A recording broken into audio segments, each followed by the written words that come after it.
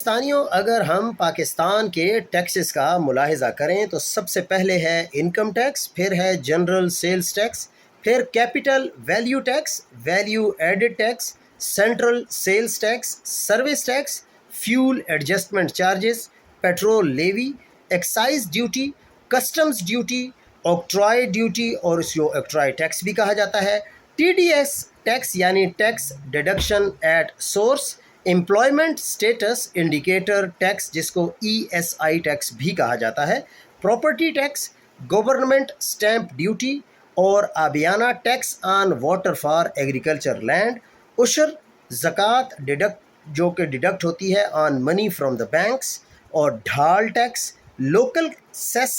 P T V licence, parking fee at least 5 times a day، capital gains tax یعنی C G T, water tax, flood tax for heaven's sake there are no floods now, professional tax, road tax, toll gate fee, securities taxation tax یعنی S T T, education cess, wealth tax اور transient occupancy tax جس کو T O T بھی کہا جاتا ہے، اور congestion levy compulsory deduction, super tax 3 to 4%، withholding taxes, education fee 5% اور ایس سی سی پی لیوی تھوڑے اور بھی اگر لگا دیتے ہیں کیونکہ اربوں کی گاڑیاں پروٹوکول کے لیے خریدنی ہوں گی شاہد، اور جس طرح انہوں نے